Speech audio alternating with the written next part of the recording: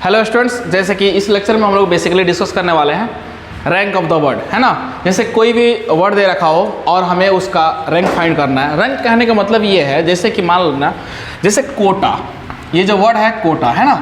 अगर इसका कोई बोले कि कोटा को किस तरीके से अरेंजमेंट कर सकते हैं, तो अब जैसे कि इसमें कितने लेटर्स हैं, 4 लेटर्स है, तो इसका जो अरेंजमेंट होगा वो क्या होगा, 4 फैक्टोरियल यानी 24 तरीके से इसको लिखा जा सकता है। कैसे 24 लेटर्स, देखना ध्यान से। 24 तरीका क्या होगा, KOTA, है ना, इस तरीके से लिख सकते हैं। KA ऐसा लिख सकते हैं, K, इस A को इसका अरेंजमेंट करवाओ, ATO, KAOT, इस तरीके से करते करते फिर A आएगा फर्स्ट पोजीशन पे, है ना, KOT, AOTK, इस तरीके से बहुत सारे अरेंजमेंट होंगे, जो कि टोटल कितने होंगे, 24 अरेंजमेंट होंगे। तो जो कोटा लिखने का जो तरीका अपने पास कितना है, 24 तरीका है। लेकिन ये जो लिखने का जो तरीका है 24 तरीका, इसमें से जो कोटा, जो ये वर्ड है कोटा, इसका रैंक क्या बनेगा। तो अगर आप ध्यान से देखें तो इसका रैंक जो हम लोग फाइंड करने का यही सीखने वाले हैं यहाँ पे, कि जैसे इसका रैंक अगर फाइंड आउट करते हैं तो जो 24 तरीका है, इसमें इस जो 24 तरीका में से कौन सा पोजीशन होगा जिसमें कोटा आएगा एज पर डिक्शनरी। अब डिक्शनरी में इसको ढूंढने की आवश्यकता नहीं है, क्योंकि डिक्शनरी में नहीं मिलेगा एक्चुअली। लेकिन बात यह है कि जो 24 तरीका है, इस 24 तरीका में कोटा का कौन सा पोजीशन पे कोटा आने वाला है। अब हम लोग बात करने वाले, जैसे कि मैं कोई भी वर्ड ले लेता हूँ, जैसे कि मैं यहाँ पे एक वर्ड लेता हूँ रैंडम। देखिएगा ध्यान से, क्या लेने वाला हूँ, रैंडम, है ना। अब इसका हमें रैंक फाइंड करना है एज पर डिक्शनरी, यानी जब डिक्शनरी में इसको ढूंढे तो जो रैंडम है इस वर्ड का रैंक क्या बनेगा।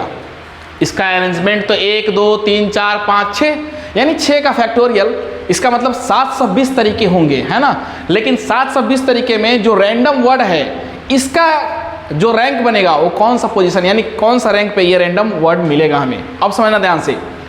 अब हम इस रैंडम को जो सॉल्व करने वाले हैं, जैसे कि इसका रैंक फाइंड करना हो, है ना, एज पर डिक्शनरी, तो रैंडम का जो रैंक होगा कैसे होगा और किस तरीके से फाइंड करते हैं, इसका अप्रोच जो है बेसिकली एक लॉन्ग प्रोसेस है। लेकिन हम लोग लॉन्ग प्रोसेस ना अप्लाई करके हम लोग इसका डायरेक्टली यहाँ पे ट्रिक से डिस्कस करने वाले हैं। सबसे पहले देखना ध्यान से, रैंडम जो मैं ये लिखा हूँ वर्ड रैंडम, है ना, इसमें कितने लेटर्स हैं, तो टोटल 6 लेटर्स हैं, है ना। 6 लेटर है, तो मैं लिखूंगा यहाँ पे 0 का फैक्टोरियल, 1 का फैक्टोरियल, 2 का फैक्टोरियल, 3 का फैक्टोरियल, इसी तरीके से 4 का फैक्टोरियल एंड 5 का फैक्टोरियल। अब आप बोल रहे हो सर लेटर है 6, आप लिखो 5, तो 0 से स्टार्ट कर रहे हैं ना। ऑब्वियस है कि 1 से लेके 10 तक कितने नंबर होते हैं, 10। तो 0 से जब 10 तक जाएंगे तो कितने होंगे, 11 लेटर्स होंगे। यानी लेटर्स अगर 6 होगा तो 0 फैक्टोरियल से लेके 5 फैक्टोरियल तक लिखना है। अगर लेटर जैसे मान लीजिए कोई वर्ड है जिसमें लेटर 7 है, तो कहाँ से लिखना है, 0 से लेके 6 तक। अगर लेटर 8 होगा तो 0 से लेके 7 तक लिखना अपने को। तो यहाँ पे जो टोटल लेटर्स है कितना है, 6 है, तो 0 से लेके 5 तक लिखना है, यानी 0 इंक्लूडेड है, इसलिए एक कम तक जाना है ना। बात समझ में आ गया होगा। क्या लिखा, अगर यहाँ पे 7 होता तो लिखते 0 का फैक्टोरियल, 1 का फैक्टोरियल, 2 का फैक्टोरियल, इस तरीके से 6 का फैक्टोरियल तक। बात समझ में आ रहा होगा। अब समझिएगा ध्यान से, अगर इसको अल्फ़ाबेटिकल ऑर्डर में सजाना है, रैंडम को अगर अल्फ़ाबेटिकल ऑर्डर में लिखें, कैसे लिखना है, अल्फ़ाबेटिकल ऑर्डर, है ना। अगर इसको अल्फ़ाबेटिकल ऑर्डर में लिखा जाए, अल्फ़ाबेटिकल ऑर्डर, तो इसका अल्फ़ाबेटिकल ऑर्डर में कैसे लिख सकते हैं, देखिएगा ध्यान से। इस रैंडम को लिखा जाए, सबसे पहले आएगा A, उसके बाद आएगा D, है ना, उसके बाद से आएगा A आ गया, पहले आएगा, उसके बाद आएगा D, उसके बाद से क्या आएगा M, उसके बाद N, O, उसके बाद से आएगा R। ये हम लोग अल्फ़ाबेटिकल ऑर्डर में इसको सजा दिए।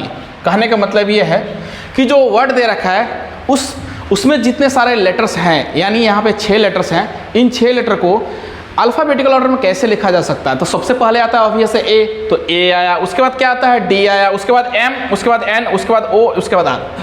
तो ये तो सबको लिखना मेरे ख्याल से आता होगा, है ना। अब हम लोग बात करने वाले हैं यहाँ पे, देखिएगा ध्यान से। सबसे पहले हमें रैंडम लिखना है, तो जो रैंडम है ये सबसे पहला वर्ड क्या आ रहा है इसमें, सॉरी सबसे पहला लेटर क्या आ रहा है, R।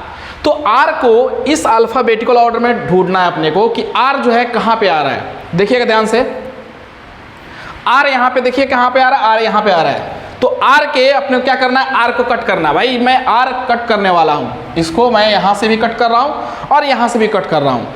तो आर कट किया, इसके ऊपर में कितने ऐसे लेटर्स हैं, इस आर के ऊपर में कितने ऐसे लेटर हैं जो कि अनयूज हो, जिसका यूज नहीं किया गया हो, जो कट नहीं हुआ हो।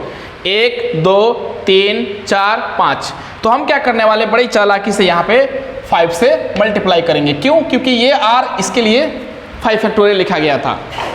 अब बात है क्या चाहिए हमें, ए चाहिए। अब हमें क्या चाहिए, ए। तो ए को यहाँ से मैं कट किया और ए को अपने यहाँ पे ढूंढना है इस अल्फाबेटिकल ऑर्डर में, ए कहाँ पे है, किस पोजीशन पे है। तो ए यहाँ पे है। कट होने के बाद ये देखना है कि इस लेटर के ऊपर में कितने ऐसे लेटर है जो अनयूज हो, जिसका यूज नहीं हुआ हो। 0। आप बोलेंगे 0 है ही नहीं ना सर, इसके ऊपर कुछ है ही नहीं, है नहीं है ना। क्यों? क्योंकि ए के ऊपर कोई ऐसा लेटर ही नहीं है जो अनयूज हो, तो 0 है। तो हम बड़ी चालाकी से फिर से क्या करने वाले हैं, 0 से मल्टीप्लाई करने वाले हैं। अब बात है n की।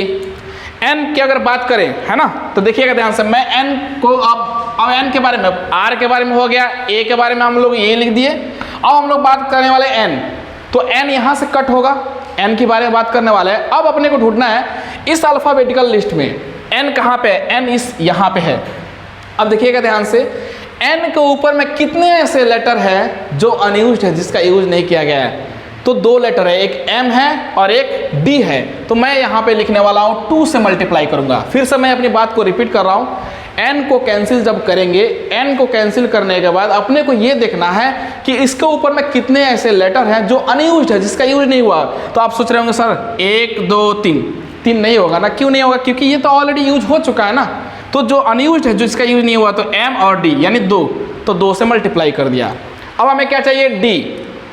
देखिएगा फिर से मैं वापस एक बार इसको रिपीट करने वाला हूँ। यहाँ पे अपने को चाहिए d। तो d यहाँ से मैं क्या कर रहा हूँ, कट करूँगा। d चाहिए, d को अल्फाबेटिकल ऑर्डर जो है यहाँ पे चेक कीजिए, d यहाँ पे है। d के ऊपर में कितने ऐसे लेटर जो अनयूज्ड है, 0। आप बोलेंगे सर a है ना, a तो ऑलरेडी यूज हो चुका है। तो हम फिर से वापस यहाँ पे 0 से मल्टीप्लाई करने वाले हैं। उसके बाद क्या चाहिए, o चाहिए। o चाहिए, तो o को ढूंढना है अपने इस अल्फाबेटिकल ऑर्डर में। o यहाँ पे देखिए, यहाँ पे है ना। o के ऊपर में कितने ऐसे लेटर हैं जो अनयूज है, जिसका यूज ना हुआ हो, तो ओनली 1 एक है। तो हम लोग इसके लिए कट किए और 1 से मल्टीप्लाई किए। अब मैं बात करने वाला हूँ वापस m जो है ना, ये लास्ट में क्या है, m है। क्या इसके लिए भी अपने को सर्च करने की जरूरत है? नहीं, इसको ढूंढने की आवश्यकता नहीं है। क्यों? क्योंकि कोई भी जब आप लेटर लिखते हो, जैसे लिखा रैंडम, तो रैंडम तो एक खुद अपने आप में वर्ड मिलेगा ना। तो हम लोग इस लास्ट लेटर को ढूंढने की आवश्यकता नहीं है। 0 फैक्टोरियल को हमेशा इसको फिक्स रखेंगे, इसमें कोई नंबर से मल्टीप्लाई डिवाइड करने की आवश्यकता नहीं है। लास्ट लेटर को हमेशा क्या करेंगे, 0 फैक्टोरियल से लिख देंगे। बात समझ में आया? अब इसको जोड़ दीजिए, आंसर आ गया। क्या आया, 5 फैक्टोरियल का वैल्यू कितना होता है, 120 × 5 600। ये तो होगा 0, ये हो जाएगा 6 × दिस 12, 0 1 + 1। इसको याद रखें, जो लास्ट लेटर होगा, तो लास्ट लेटर जैसे m है, तो m को कट करने की आवश्यकता नहीं है। इसी के लिए हमेशा हमें ये है फिक्स 0 फैक्टोरियल। ठीक है, तो 1, तो कितना आ जाएगा यहाँ से 614। तो इसका जो रैंक बनेगा, इस रैंडम अगर इसका अरेंजमेंट किया जाएगा, 720 तरीके होंगे। 720 तरीके में जो रैंडम जो वर्ड है, इसको अगर डिक्शनरी के हिसाब से आप ढूंढते हैं, तो इसका रैंक बनेगा 614th रैंक।